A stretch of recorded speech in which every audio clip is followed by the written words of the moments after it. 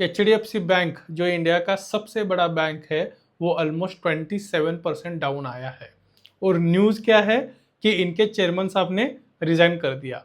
लेकिन क्या आपको भी लगता है खाली एक रिजाइन से इतना बड़ा पंगा हो सकता है? तो थोड़ी सी इंटरेस्टिंग न्यूज़ कुछ अलग ही है। आज के इस एपिसोड में हम सबसे पहले उस न्यूज़ को समझेंगे जिसकी वजह से इतना बड़ा इम्पैक्ट आया है। उसके बाद हम उसका टेक्निकल एनालिसिस करेंगे और फिर बिजनेस परफॉर्मेंस को भी समझेंगे जिसकी वजह से अगर आप इसमें इन्वेस्टेड हो तो आगे क्या करना है उसकी डायरेक्शन मिलेगी।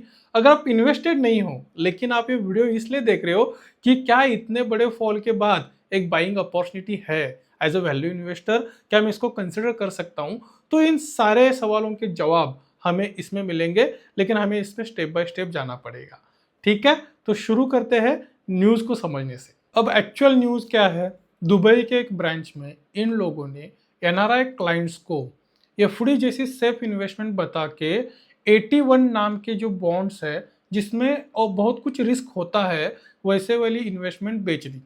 क्या बताया कि सेफ इन्वेस्टमेंट है, एफडी जैसा 12 to 13% का आपको रिटर्न मिलेगा। और हुआ क्या, 2023 के क्रेडिट क्राइसिस में वो पूरा पैसा डूब गया। फिर लोगों ने जो जिन जिन लोगों ने इन्वेस्टमेंट किया था उन लोगों ने धीरे धीरे इनके ऊपर कंसर्न शुरू किए कि भाई ये गलत चीजें बता के हमसे इन्वेस्टमेंट ली गई थी और ये प्रॉब्लम हुआ है। अब हुआ क्या, फिर दुबई की जो रेगुलेटरी है वो अभी एक्शन में आ गई और तब जाके इन चेयरमैन साहब ने इथिक्स का नाम बता के रिजाइन किया। लेकिन एक्चुअल चीज क्या है, इन्होंने एक प्रकार से आप ये बोल सकते हो कि गलत चीजें की है।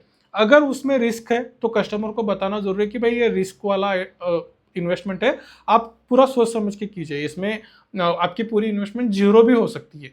लेकिन उन्होंने बताया कि नहीं सेफ इन्वेस्टमेंट है करो, और ऐसे बता के उन्होंने दिया और उससे ये प्रॉब्लम क्रिएट हुआ। और वही चीजें जब अब बाहर आ रही है तब इन्होंने फिर 3 लोगों को टर्मिनेट किया, चेयरमैन रिजाइन करके चले गए। लेकिन इथिक्स का तो प्रॉब्लम आ गया ना कि इतनी बड़ी बैंक जो मैंने जैसे बताया आपको कि इंडिया की 1 नंबर की है, पूरे वर्ल्ड में 10th नंबर ऑफ बैंक है, तो ये कंपनी इस प्रकार के काम कैसे कर सकती है? ये बैंक ऐसा कैसा कर सकता है? तो ये बहुत सारे सवाल क्रिएट हो गए और उसकी वजह से इसमें फॉल आया। इसको अगर हम टेक्निकली समझने की कोशिश करेंगे तो देखो ऑलमोस्ट 27% का फॉल है जो इसका रिसेंट ऑल टाइम हाई है उससे। और उसमें से 20% फॉल तो खाली 5 वीक में ही आया है। मैं वो भी आपको लगा के दिखा देता हूँ। सो ये 5 वीक अगर हम कंसिडर करेंगे तो इसमें ही 20% का फॉल आया है। मतलब ये न्यूज़, ये जो चीज़ें घटी है दुबई के ब्रांच में, जैसे ही बाहर आनी शुरू हो गई ना तब से इसमें एक्चुअल फॉल होना शुरू हो गया। ठीक है, तो ये एक्चुअल न्यूज़ है, उसको समझो। अब समझते हैं कि बिजनेस में क्या चल रहा है। अगर मैं एचडीएफसी बैंक का फंडामेंटल एनालिसिस करूँ तो उसमें क्या चीज़ें चल रही है। ऑब्वियसली मार्केट कैप इंडिया की सबसे बड़ी बैंक, उसमें कोई प्रॉब्लम नहीं। प्लेजिंग परसेंटेज 0, मतलब उसमें भी कोई चैलेंज नहीं है।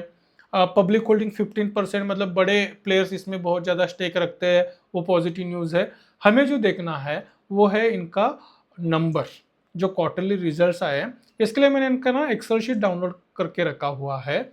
अगर मैं क्वार्टरली नंबर्स पे जाता हूँ तो दिसंबर 25 मतलब Q3 का जो नंबर आया है वो नंबर सेल्स की खाली ग्रोथ है 2%।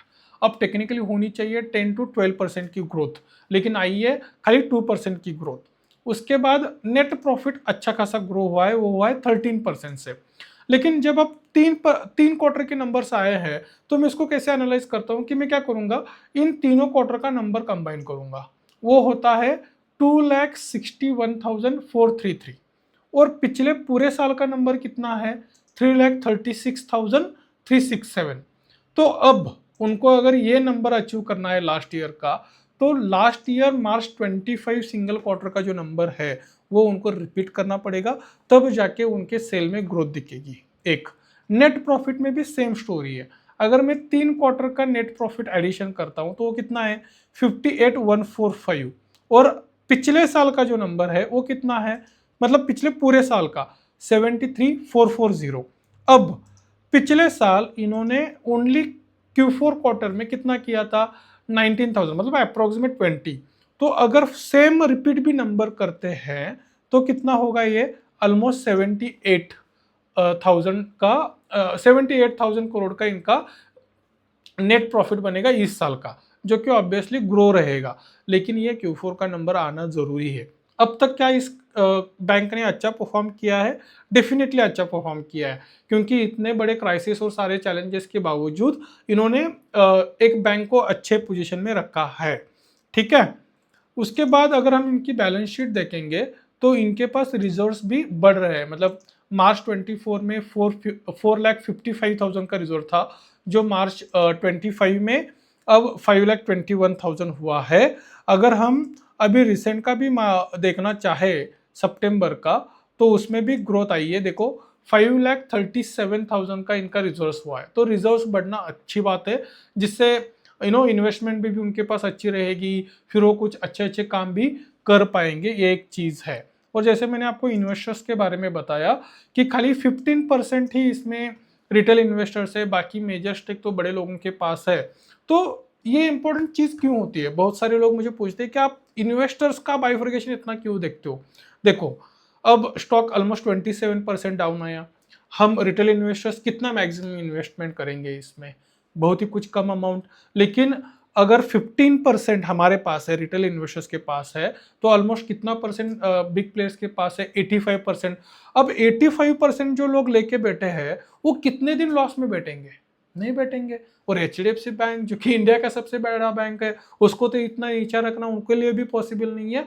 तो पॉजिटिव मोमेंट्स आएंगे, फिर वो चेंजेस करेंगे, वो बताएंगे कि वो उस केस को कैसे रिजॉल्व करने वाले हैं, क्या उसमें सोल्यूशन आएगा, क्या नेट प्रॉफिट से थोड़ा पैसा निकाल के दे देंगे ना, उससे क्या ज़्यादा फर्क पड़ेगा उनको।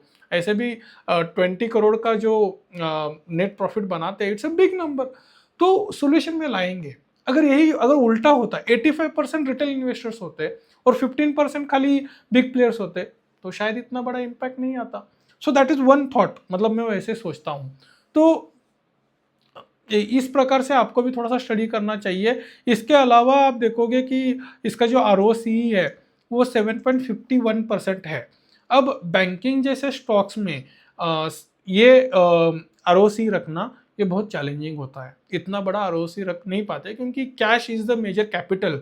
जो लोन पे देना है, एफडी पे लाना है, तो उसका डिफरेंस निकाल के इंटरेस्ट जो बचता है वो उनका नेट प्रॉफिट होता है। तो जो कैपिटल है उसको एम्प्लॉय करके इतना नंबर रखना थोड़ा सा डिफिकल्ट होता है, लेकिन फिर भी इन्होंने एक अच्छा नंबर मेंटेन किया है, ये मैं सोचता हूँ। ठीक है, सो ये था मेरा एचडीएफसी बैंक का एनालिसिस, जो मैं पर्सनली इस हिसाब से इसमें सोचता हूँ। सो मेरी सजेशन या मेरी रिक्वेस्ट क्या रहेगी, आप जो भी डिसीजन लोगे वो प्रॉपर स्टडी करके लेना।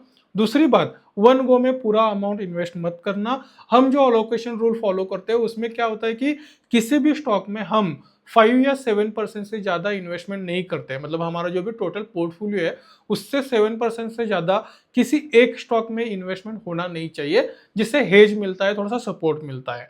ठीक है, आपके मन में कोई डाउट है, कुछ क्वेश्चंस है, तो डेफिनेटली आप कमेंट बॉक्स में पूछिए। मैं अपने हिसाब से अपने स्टडी के बेसिस के ऊपर उसको आंसर आउट करूंगा।